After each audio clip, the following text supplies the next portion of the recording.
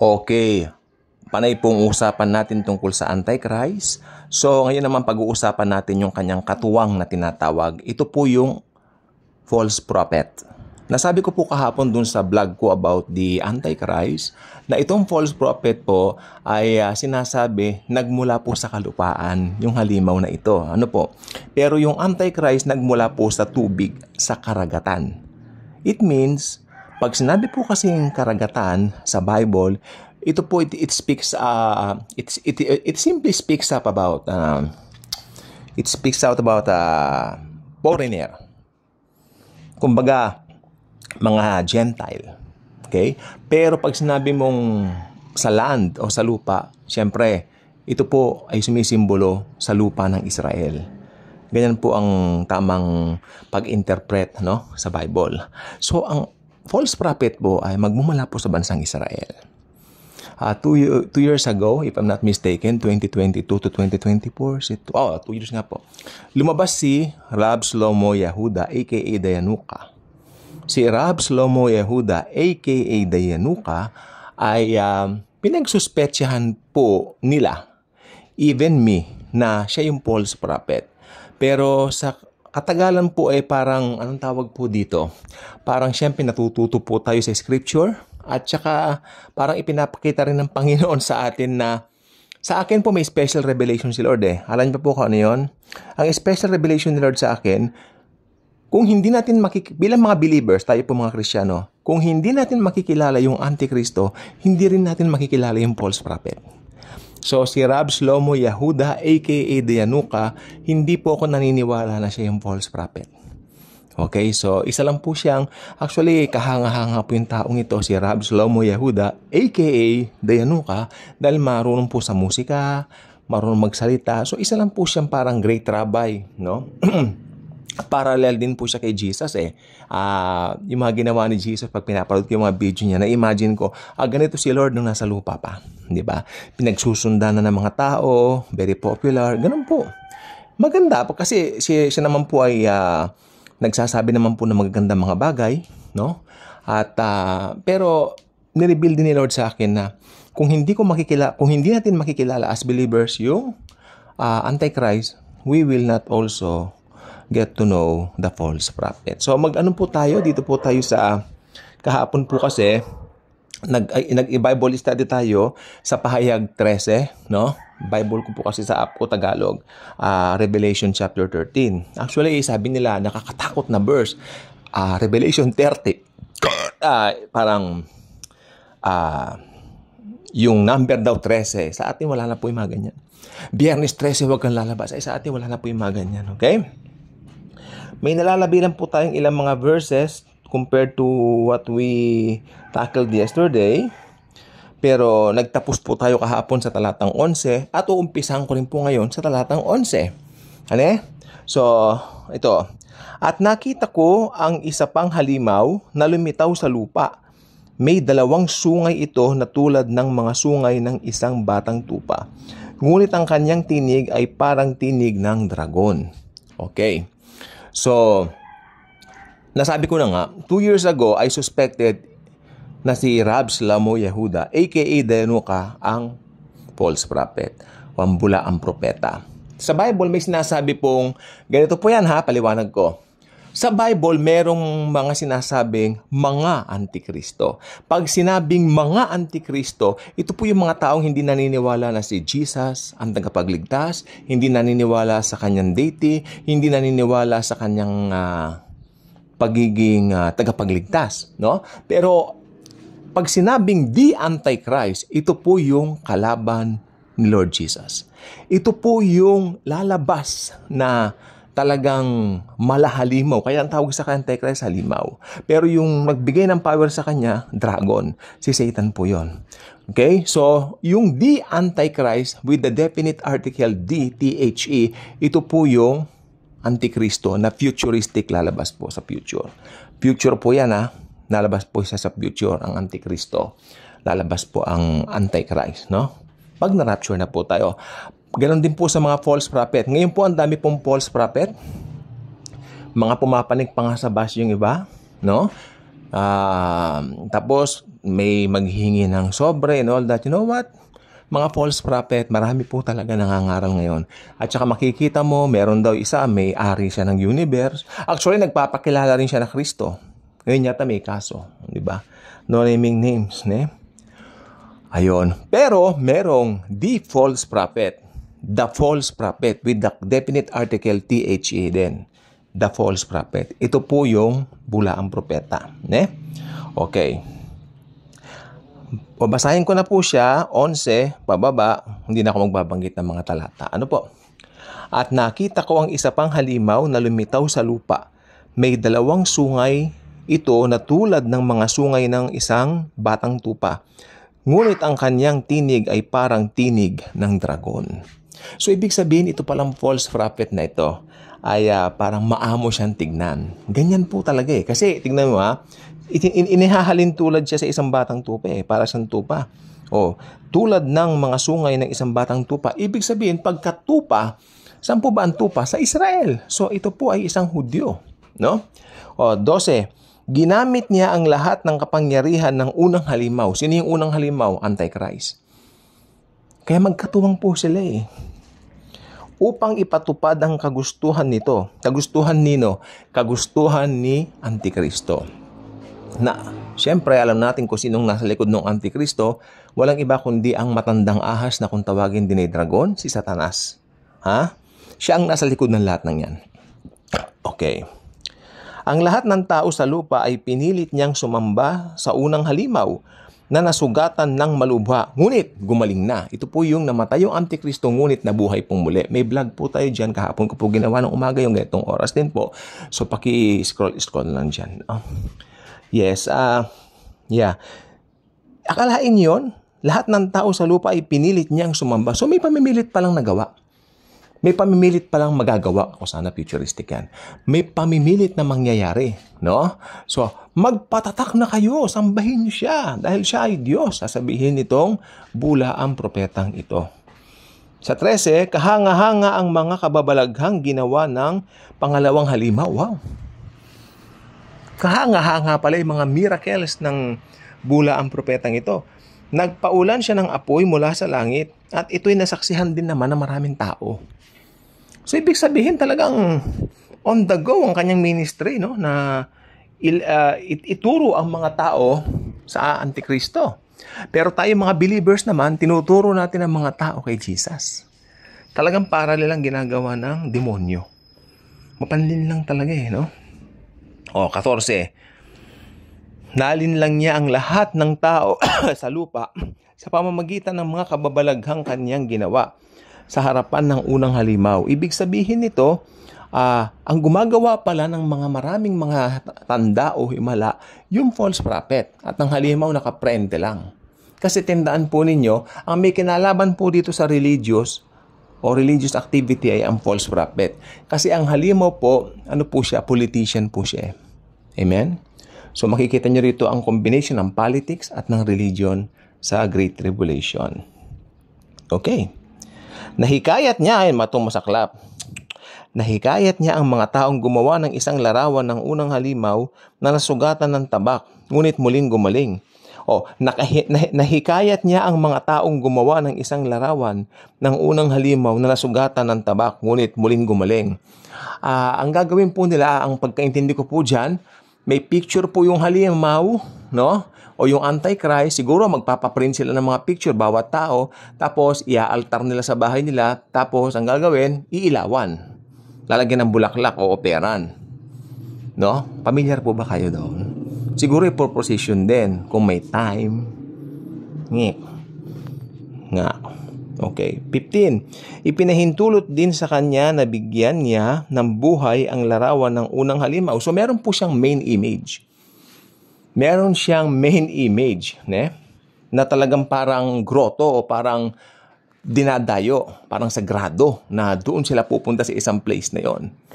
O parang may basilika siya. Okay? Tignan niyo mabuti ang interpretasyon. Hawig na hawig sa mga nangyayari ngayon. Ipinahintulot din sa kanya na bigyan niya ng buhay ang larawan ng unang halimaw. Okay? Kaya't nakapagsalita ang larawan at ipinapatay nito ang lahat ng ayaw sumamba sa kanya. Ito yung sinasabi ko. Oh, ibig sabihin nun, may mga aayaw din pala na sumamba. Parang si Meshach, Shadrach, Abednego. Sabi kay Nebuchadnezzar, maski gumawa ka pa ng mga ganyan-ganyan na mga larawan mo o mga imahen mo, hindi kami sasamba sa rebulto mo. Mahal na hari. O nagalit, painitin ng pugon, 7 ulit. O pero yung mga maghahagis dun sa 3, silang namatay. Sobrang init. Pero nagtaka si Hari Nebuchadnezzar, ano nangyari? Di ba? 3 lang hinagis natin. Bakit? 4 na nakikita ko. At yung isa parang Diyos. Kanya. Hindi niya alam yun ang Diyos na makapangyarihan. Si Lord Jesus. Binantiyan sila. Okay? Basta, naniniwala ako, basta ikaw ay righteousness ng Panginoon, no? Si Jesus nasa iyo, hindi kayo pababayaan. Tandaan mo yan. 16. Ito masaklap. Sa pilitang pinatatakan ng 2 halimaw. Maliwanag po rito ha. Ang nag-uutos pala yung 2 halimaw. Yung false prophet pala ang nagsasabi, magpatatak kayo. Pero siyempre sa utos ng Antikristo at sa utos ng demonyo. Alam niyo po bang, ang Godhead natin, our God is 3 in 1. 3 persona sa iisang Diyos. Ano God the Father, God the Son, God the Holy Ghost. 3 persona yan, magkakaibang persona, pero iisa ang pagka-Diyos. Yung Father ang nag-uutos, si Jesus yung inutusan na naging tao, at yung Holy Spirit ang nagtatatak sa mga naliligtas. Si Jesus, mahalaga yung role niya kasi namatay siya sa cross. Nabuhay na magmuli. Yung mga tatanggap kay Jesus, tatatakan ng selyo ng banal na Espiritu Santo. Kaya pag meron tayong sinner's prayer dito, sabi ko, Holy Spirit, give me the seal of ownership. Ayan. Tignan yung mangyari. Sa pilitang pinatatakan ng 2 halimaw ang lahat ng tao sa kanilang kanang kamay o sa noo. Maging sila'y dakila o hamak, mayaman o mahirap, alipin o malaya. Sasabihin nung false prophet, nakita nyo na, naghimala ang rebulto. Naghimala po bang rebulto? Yes. Balikan natin yung 15. Ipinahintulot din sa kanya na bigyan niya ng buhay ang larawan ng unang halimaw. Diba? Kasi dito sa iba, una yung mga tao, nahikayat niya ang mga taong gumawa ng isang larawan ng unang halimaw o parang iaaltar nila yun sa bahay nila. Meron silang shrine sa bahay nila, pero meron din siyang national shrine o basilica na parang may mga indulgence. Pupunta sila dun sa basilica na yon, parang katedral. Meron siyang special katedral din. Ngayon, yung nandun sa katedral nila, doon sa basilica nila, nakalagay dito, ipinahintulot din sa kanya na bigyan niya ng buhay. Yung false prophet pala nakakapagbigay ng buhay sa rebulto. Tignan nyo. Ipinahintulot din sa kanya na bigyan niya ng buhay ang larawan ng unang halimaw. Kita mo? Kaya't nakapagsalita ang larawan, wow, at ipinapatay nito ang lahat ng ayaw sumamba sa kanya. Talagang yung panlilina ng dyablo. Todo na to. Parang nakatodo na, no? Matindi. At ang masaklap nito, balik tayo sa 16, sa pilitang pinatatakan ng 2 halimaw ang lahat ng tao sa kanilang kanang kamay o sa noo. Maging sila'y dakila o hamak, mayaman o mahirap, alipin o malaya. So wala na pong mayaman-mayaman. During that time, lahat pantay-pantay na sa pangumuno at sa ruling ng Antichrist. Wala na yung mayaman ako lang ang sikat. Wala na po ngayon yan. Okay? Pantay-pantay na. Ginawa niyang pantay-pantay ang tao. Galit ngayon siya sa buong mundo. Galit ang Antichrist sa buong mundo. Kaya, wow. Delubyo sa buong mundo. Di ba? Sa pilitan, pinatatakan ng 2 halimaw. So, ang 2 halimaw pa lang ito ay ubod ng sama. No? At, yes. Pero, hindi po ito si Rab Shlomo Yehuda, aka Yanuka. Hindi po siya. So, yung mga nagsasabing si Yanuka ito, mali po kayo. 17. At walang maaaring magtinda o bumili malibang sila'y may tatak ng pangalan ng halimaw o ng bilang na katumbas niyon. Ang tatak po ng halimaw during that time ay high-tech. No? Siguro ngayon yung parang ginagamit na barcode. Parang ganun po siguro ang tingin ko. At itong barcode na ito, parang microchip siya na isusok sa ano mo. Ito i-inject sa'yo. No, parang yun. Kaya nga po maraming nag-refuse na mag-take ng bakuna 4 years ago o 3 years ago dahil akala nila mark of the beast na yun. Kasi ganun po talaga ang pagtatatak. sa pamamagitan ng pag-iiniksyon. Pero ang kaibahan po nito, tayo nagpatatak tuloy. Tayo po nagpabakuna tayo 3 years ago, no? Pero yung bakuna natin, nawala na po ng visa yon. After 2 years po, wala na pong visa yon. Kasi, prone na naman tayo sa iba't ibang sakit. Pero makinig pong mabuti. Yung mga magte-take ng mark of the beast, yung mga magpapa-iniksyon ng mark of the beast, forever nang maiimpyerno. Wala expiry date yon. Kasi pinili nila ang demonyo. Pinili nila ang power ng diablo over the Lord Jesus Christ. Kasi may chance po sila magpapugot pero ayaw nila. May mga taong takot ako mapugutan. Sige, magpapatatak na lang ako. Yung convenience, kasi inconvenient nga naman yung alam mong pupugutan ka, papatayin ka sa ganong karumal-dumal na way. Di ba? Kaya ayaw kong magpapugot. Sige, tatakan na lang niyo ako. Yari kang bata ka. Mas matindi yun. Maiimpyerno ka na forever, sinasabi ko sa'yo, ha? Hindi ako nagbibiro. Okay? So, balikan natin itong 16, no? Maganda siya. Tandaan nyo to, ha? Sa pilitang pinatatakan ng ikalawang halimaw ang lahat ng tao sa kanilang kanang kamay o sa noo. Maging sila'y dakila o hamak, mayaman o mahirap, alipin o malaya. So, nasaan na yung mga alta sa syudad? Yung mga mayayaman, nasaan na sila? Nasaan na yung mga influencer, ng mga sikat ngayon, ng mga mayayaman? Wala na. During that time, pantay-pantay sila. Kaya kawawa sila pag naiwan sila sa rapture. Punta na po tayo ng 17. At walang ito ang pinaka-striking dito. Walang maaaring magtinda o bumili malibang sila'y may tatak ng pangalan ng halimaw o ng bilang na katumbas niyon. Okay.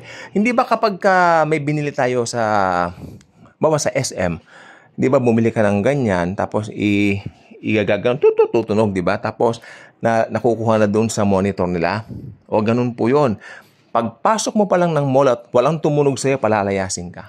Kasi wala kang tatak eh. Yun po ibig ko sabihin. At ipapatugis ka pa ng Antikristo at saka ng false prophet. Aba, nakikita ko nito, mas active yung false prophet sa pagpapapatay ng mga walang tatak eh. Hindi po biro mga kaibigan ko at mga kababayan ko ang maiwan sa rapture. Kaya sabi ko, ang best way is maligtas po kayo through faith in Jesus Christ ngayon church age. Dahil bagamat may grace pa rin noon, ang pinaka-grace during the tribulation and great tribulation is, magpapugot ng ulo.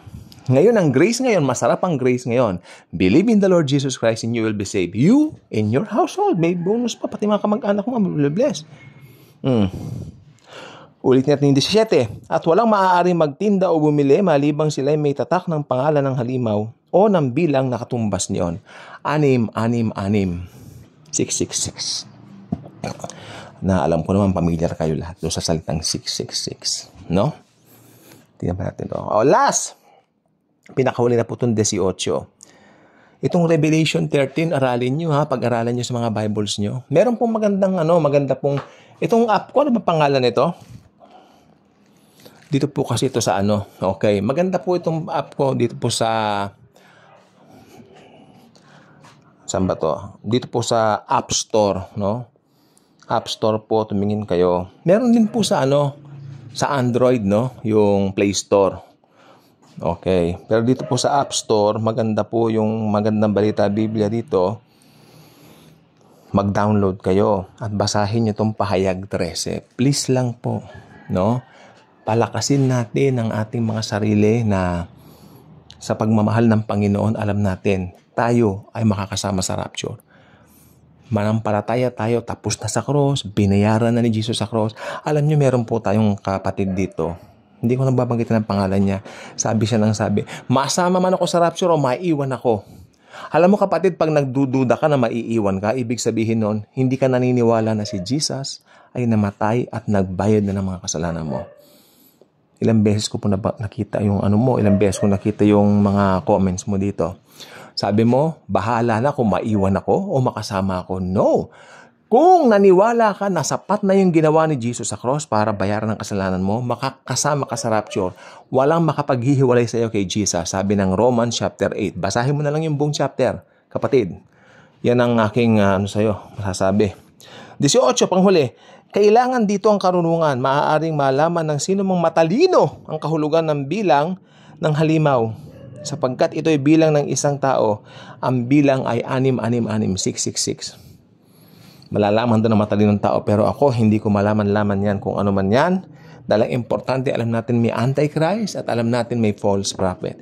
Pero ito, bilinawin ko, hindi po yon si Rab Shlomo Yehuda aka Dian Muka. Hindi po siya yon. So, hindi po siya yon. Okay? So, importante, yung kapatid natin na sabi mapasama man o maiwan. No! Kung talagang sigurado ka, naglagak ka ng pananampalataya mo kay Jesus, kay Lord Jesus as Lord and Savior, imposibleng maiwan ka eh. Hindi ka iiwan eh. Kasi makakasama ka talaga sa rapture. Kasi ang rapture, gift ni Lord Jesus sa ating mga born again yan. Okay? Ang rapture po, uulitin ko, hindi po siya isang prophecy. Ang rapture po ay isang revelation. Nireveal yan kay Pablo. Di ba? Kay Pablo nireveal. Dahil si Pablo, apostol ng mga hentil. Bye-bye.